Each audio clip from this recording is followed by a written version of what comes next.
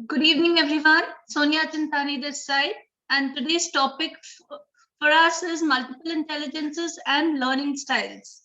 Well, as we all know that we have children from different fields in our class, they all specialize with different things, and it is very often proved that every child is unique in his own way or her own way. They have their own strengths and potentials, and they deal accordingly with the circumstances and surroundings based on that. But it is equally important for us also as educators, as teachers, to know what our children are good at. I don't mention it as students because students becomes a little formal for us. Children gets them close to us for a bond. So when we talk to them as our children, we create a bond with them and we try to observe the qualities that the children have in them. In the class, it is our duty to look at the strengths of our children, the potentials that they hold, help them and guide them to come out with those potentials even more better. They stay with us for at least 6 to 7 hours during the day, and we are the best people to guide them, to tell them what they are really good at, what they're really strong at, be it the IQ, be it the emotions, be it anything. Previously, we had the CCE pattern from the CBSE board. Now the NEP is coming into action.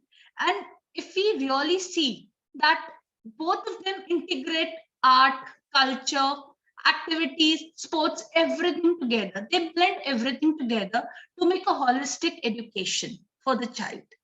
Now, when we're talking about the different multiple intelligences and learning styles, I would like to show it to you through a presentation. Please allow me to share the screen with you. Just a minute.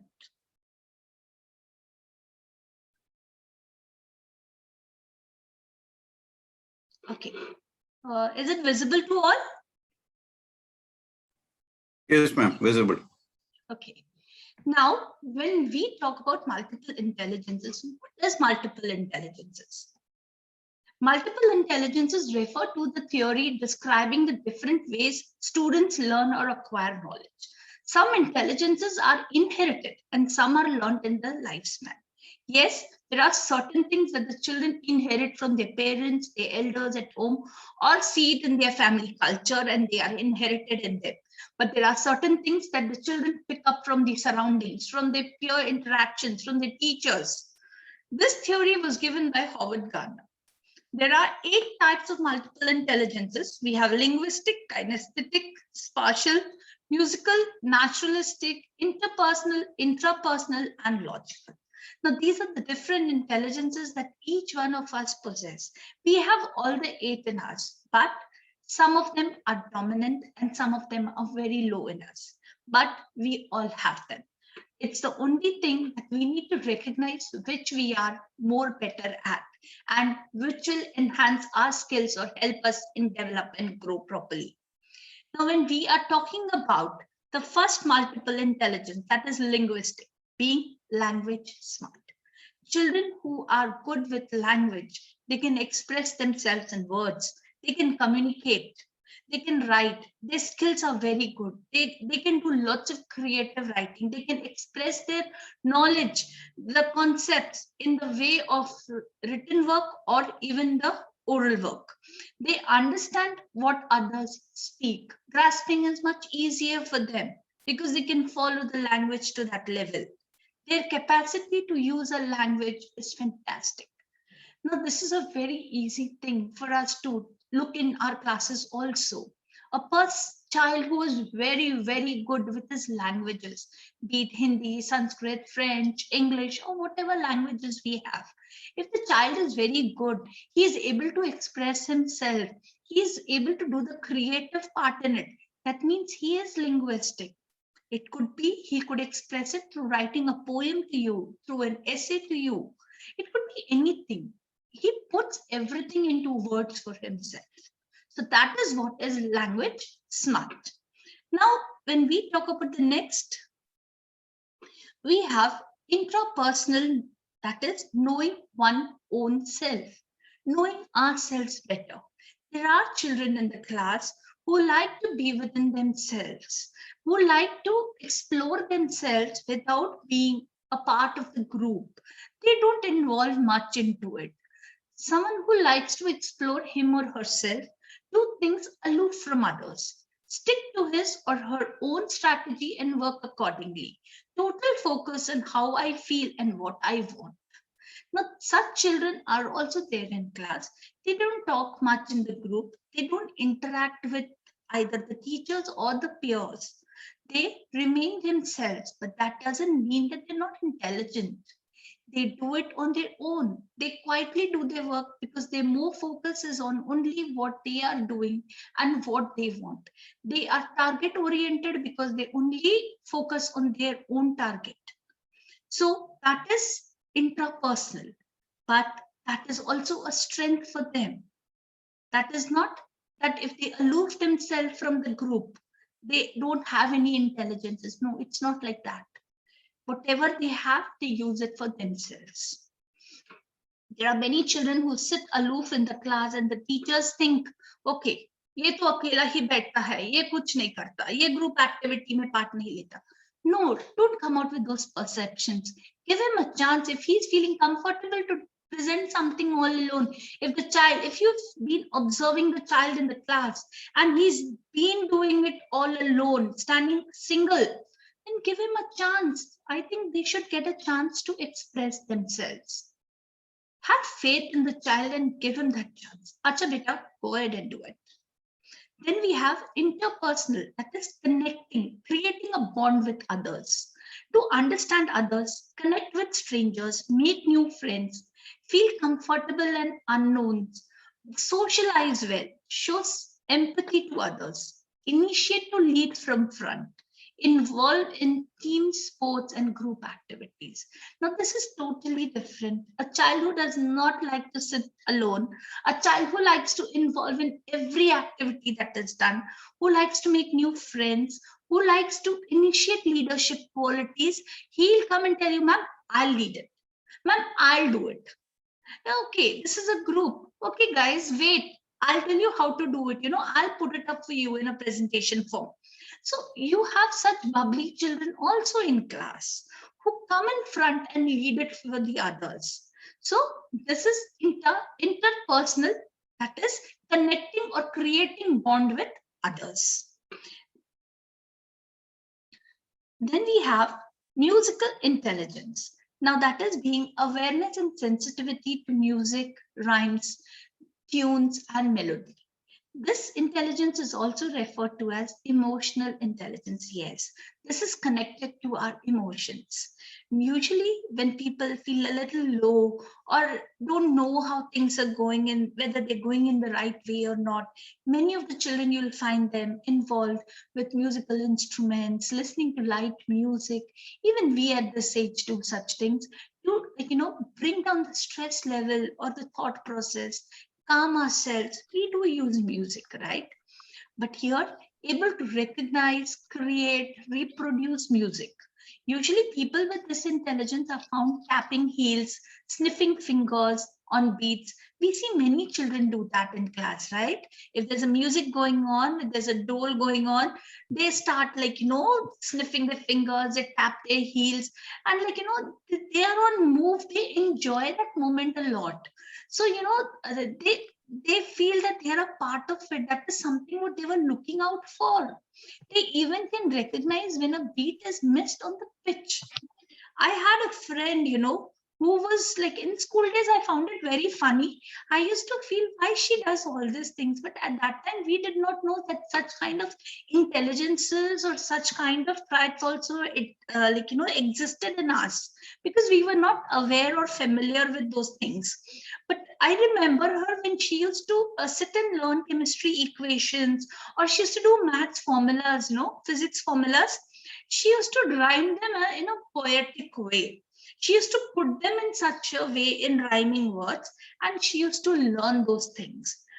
We found it very funny in the group, but then she used to score very well learning it in that way. That was her way of learning. She was music smart. She used to put everything into musical notes and learn them. But now when I think about those things and connect them, I feel at that time we did not know, but that was the way she did it.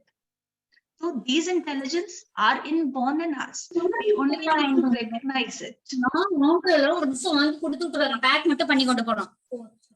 உங்களுக்கு தெரியாம சொல்லிட்டேன் இன்சைட்ட. I would request you to mute yourself, please. Naturalistic and selfless and nature loving. Nature. We love to be with nature. They love pets. They love animals, plants. They love to be in the environment. They go one step ahead to help others. That's in their nature. They cannot say no to any person, you know. So passion to visit new places. They love seeing new places around. Experience camping, mountain climbing, hiking. Get every uncomfortable. Like, you know, it's they don't like dirt. They don't like pollution. They feel the environment is getting dirty. So they try to keep the surroundings clean. They want it to be fresh, with fresh air, with a good breather, with some good space. Now, such children are naturalistic. We find them in class also. There are children who, you know, don't like little dust on their desks, who keep their books very neat and clean. You know, their surroundings are very nice, disciplined, organized. So, you know, they are aware. And sometimes we have children who can't say no to others. They go out of the way to help others with their academics, with their activities. Even they do it for the teachers or anybody for that matter. They don't say no to it. Even we've seen children helping the clerks and the peons in the school, the ayahs over there. They're very nice and down to earth to them also. They don't see anything whether they should or they should not. They just go ahead and help them. So this is all where the naturalistic instinct comes in. Then we have logical intelligence. Ability to quantify, reasoning, and ability to calculate. Logic. They have too many questions. Why did this happen? What if this not? The other thing would have happened. What if I would have not taken this? I would have done that. What would be the outcome? They have lots of questions going on in their mind. They like to search for logic in everything that they do. They are not satisfied with the answers that they get. You know, unless, like, you know, they are not convinced to one proper answer. They have too many queries going on in their mind. They put up those queries also, and they try to come out with those in the form of debates also to prove the logics right. They're very good at maths. They're very good with science experiments, computers. Look for reasoning and logic in everything they do. People with 5 W's: why, when, who, what, where. Discuss on right and wrong. Love strategic games. Solve pattern puzzles. So children who are very good with mathematical calculations, who are good with science, computers, and, like, you know, they are very good with puzzles. They're good with strategies, like, you know, building up strategies, whether it could be for games, for activities. So they are called logical intellectuals. Then comes spatial intelligence. Now that connects us with colors, shapes, speed, and distance. Refers to imaginary and artistic designs, working with objects, visualize, think in pictures to build and assemble objects. Then enjoy photography, video editing, drawing, graphic presentations, remember directions, and can study maths. Now, such children are very good with creative and artistic work. They can imagine things. They are very good with drawing. That's where our new NEP comes into action, talking about art integrated subjects, right? So such children get an opportunity to prove themselves through the artwork that they do. You know, as a teacher, I had seen many children in school who were not very good with their academics. They used to find it very difficult to learn the answers, learn the concepts. But if the same concept was given to them in form of artwork, like, you know, prepare a file, do some creative work out of it and present it, they used to come out with wonderful ideas. They had such ideas which, like, at times we used to go speechless as teachers, thinking, is this what the child can do? Did that child have that much of knowledge inside him or her? The way they used to present with creativity was fantastic. So I think we should gel all these things together. We should encourage them. And we can also divide our portion in such a way, the syllabus in such a way, that every child gets a little portion of it as his strength. Because everybody is not good with writing long answers or MCQs. Everybody is not good with the oral presentations. There is art integrated presentation also. So I think we should give them a blend of everything so that every child is motivated to do their best in the topic. Now, as we finish with this, now we have kinesthetic intelligence, which is the last intelligence. Now this deals with the fine motor skills and gross motor skills. That is sense of timing and coordination.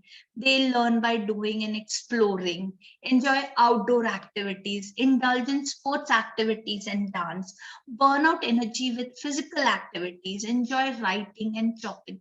So kinesthetic intelligence is also very needed, because children, if they have to develop their writing skills, if they need to be fit and fine, they need to have the physical activities also. So we need to motivate them with that also. So we are a blend of all the 8 multiple intelligences, but yes, something is more and something is less in all of us. We have it in different proportions and different ratios, but we have it all in us. We need to recognize them. We need to explore that in us. Now, coming to the learning styles. Now, what do we understand from learning styles basically, according to us? Well, learning style is a set of factors, behaviors, attitudes, and adaptations that facilitate learning and concept understanding for an individual. How we understand, how we grasp a particular concept is the learning style. Everybody has a different style of learning. It's not that what is a strength for me has to be a strength for my friend also. No, that could be something different. What my friend is comfortable with, maybe I am not comfortable with it. So each one is, that is why we say each one is unique. Each one of us have different strengths and different potentials. Now, when we are coming to why are learning styles important? Why do we consider them important? What is their role in our understanding and learning? Every individual is unique in his or her own way. They follow different patterns and methods to remember their learnings. It is easy for them to connect their learning with their way of learning. For example, you need to prepare a speech. You will write it down and read it a few times.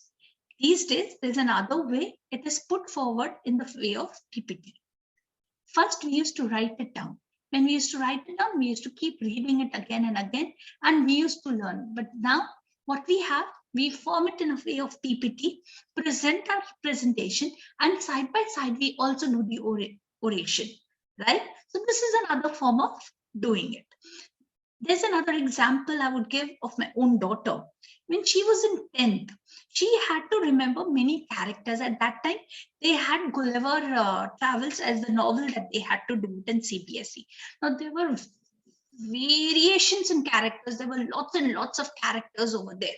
Now, it was very difficult for her to remember all of them. And so what she used to do, she used to make us sit down and she used to present it to us. Whatever she has read in the novel used to come out to us in the form of a narration of a story. We used to listen to it, and through that she used to learn those characters because she used to explain the characteristics to us. Then I had another student who used to do it in the form of a role play. They used to get together in a group, assign role plays to each one of them, and that's how they learn the characters. So these are different ways of learning. Children create their own ways also at times. So this is how learning takes place. Now, we actually have 4 different learning styles. We have visual, we have auditory, we have read or write, we have kinesthetic. Now, when we are talking about visual learning, it is learning by seeing. We have charts, we have graphs, we have graphic organizations, we have lessons outlines, we have pictures, we have PowerPoints. Now that is visual. Now when we are seeing it, the presentation is fresh in our mind. We remember things based on that. Yeah, so it's easy for us to connect it to the concept that we were learning. So it gets easier for us to remember it for a longer period of time. When I tell my children also, I tell them always that, if you're good at it, make a PPT or in every chapter. Make a graphic presentation, put it on your softboard. So when they put the graphic presentation there, every time they see the graphic presentation, concept gets fresher and fresher in their mind. So it's easy for them to remember. Now, when we talk about auditory, that is learning with hearing, read aloud, listening centers, verbal instructions, discussions, repeat to a friend. There are children in the class who cannot learn it on their own. So what they do is the others read it out and they keep listening to them and they observe the complete concept and learning through that. Then they discuss in the group. It's group discussion. They learn it from each other over there, listening to each other what they share. So that is auditory. Then we come to read and write. Learn by reading and writing, books and texts, dictionaries, note taking. So this is very common we used to do when we were kids. We used to read a chapter, make notes out of it, make bullet points out of it, important summaries, and that is how we learned it. There are still children who do all these things. So that is one of the other methods. So visual, auditory, read and write. Now the last is kinesthetic. Learn by doing. Incorporate body movement, tactile, touch, feel, hands-on. There are children who do it with experiments. They love doing certain things and then learning it. So when you're talking about kinesthetic, it could be any kind of physical activity that can involve. See, physical activity can be involved in a subject like physics. Where law of motion is there, gravity is there. All this is being taught. We can use the kinesthetic learning style for a child because that gets easier for him to remember.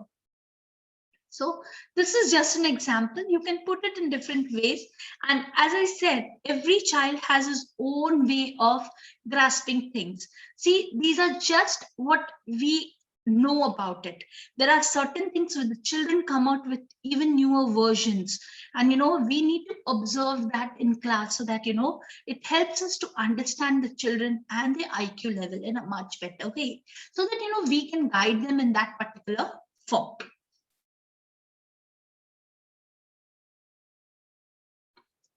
So that's it from my side.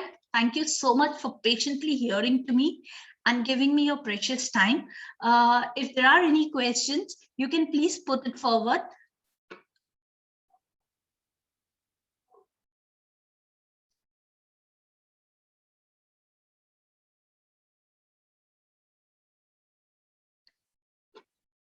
Yes, sir. Any questions?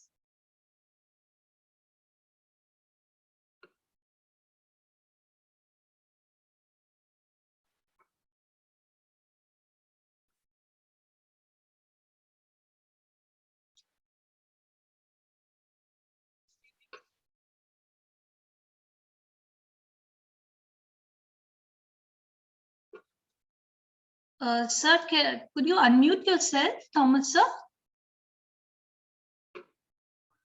Yes, ma'am. Yes. Yes, sir. Please tell me. Yes, ma'am. I would want to know how many learning styles should we incorporate in a class? How many learning Styles we should incorporate in a class. Sir, Which see, styles are best? yeah. Yes. See, 4 styles, so I have already mentioned to you, and there are a few things that come out with children when they do it in their own creative way. So we need to be observant in the class to see if there is something new that is coming out. But these are the 4 basic styles that every child follows in some or the other pattern in the class. So we can inculcate all the 4 styles for them in the class. This is very beneficial for them. It's okay, right? Thanks, ma'am. Yeah.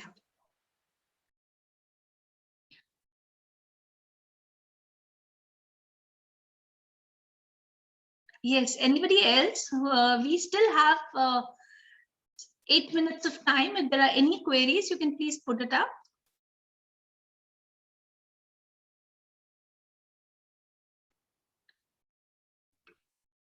Ma'am, there is a question on chat.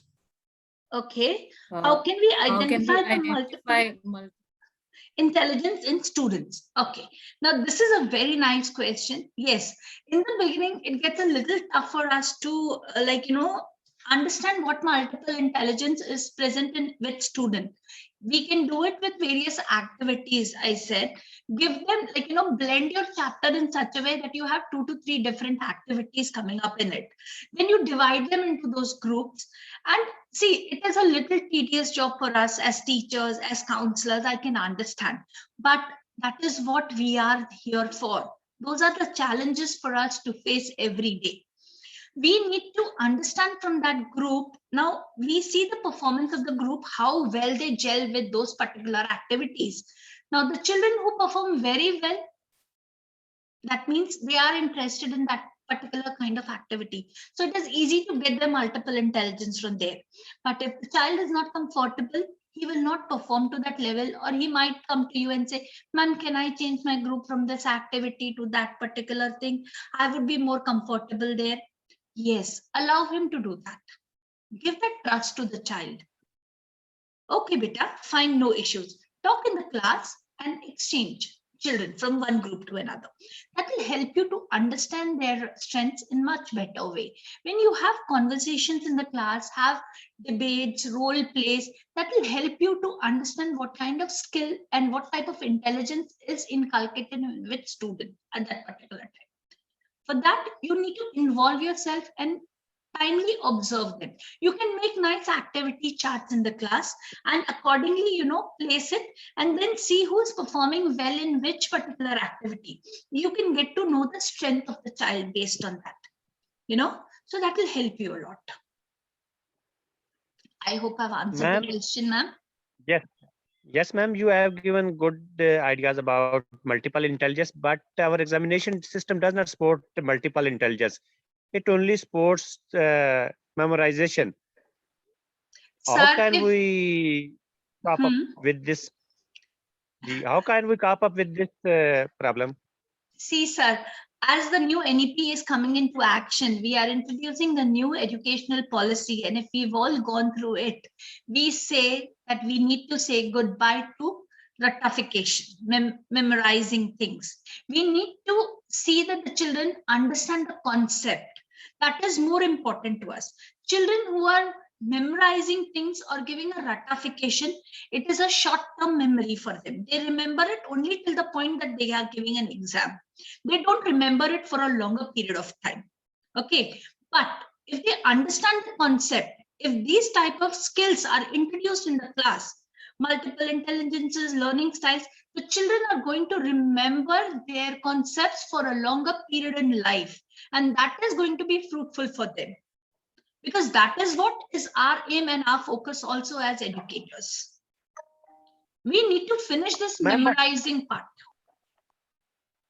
Ma'am, you are right, but how can we assess these abilities of students? Because assessment is also a part of our education system. And how can we assess if a student is, because our examination system mostly depends on memorization. And what changes we have to make in our examination system, that how can we assess the other abilities of students, other intelligences of students? Sir, we need to bring it out to the education department. We need to request the dignitaries who are sitting there to make laws that these are the changes as teachers we need, because this is how our children are going to learn. See, art integrated is already there. You all are doing art integrated projects in the class these days. Yes, you have PPTs made by the children. You have different activities done by the children. You in English, in languages, you have ASL coming into action. So there are activities involved, right? So if we can go one step ahead and involve a few more things for children, blend it in such a way that every child gets an equal opportunity to score, I don't see anything bad in it. Because then the race of competition between them, मैं तेरे से ज्यादा score करता हूँ, तू अच्छा नहीं है क्लास में, finishes over there. Each one will help each other to come up. You know, that is what we need. That is the blend that we are looking out for. That is holistic. Memorizing or sticking to one particular pattern of studies will not give a holistic learning to a child. A holistic learning will only come when you involve yourself in everything around you in these surroundings. You need to come out of the comfort zone for that. And that is what we as a voice can request our education departments to do it further for us. We can tell them, and I'm sure they will, when they're coming out with a new NEP, they will surely do the remaining changes also. But yes, it will take some time. It's okay, ma'am. My last question is, our examination system is so much type that if a student fails in one subject, he is considered fail, and he has to pass that subject to pass that grade or level. Sir, You if can our understand me? if our Yes. examination pattern is broken If- into different patterns of evaluation, no student will fail anytime, because I told you the potential lies with all of us. Only thing is, we as teachers need to, yes, it is a little tedious job for us to make those patterns come into existence in school and among our children.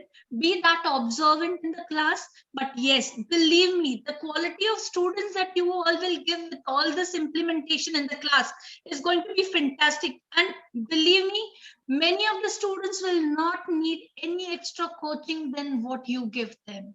Every time they have a competitive exam, they will always look up to you and say, my teacher taught me how to come out with this in the challenge, and I will do it. So we need to involve ourselves. We need to break the examination pattern in such a way that every child gets a chance to score well. Very thanks, ma'am. Very Thank you, thanks. sir. I hope I've answered all your questions to the satisfaction level that you were looking out for. Yes. Yes. Yes, you have satisfied me. Very Thank you. thanks. Thank you so much. Thank you so much. Matthew, sir, we only have 1 minute left.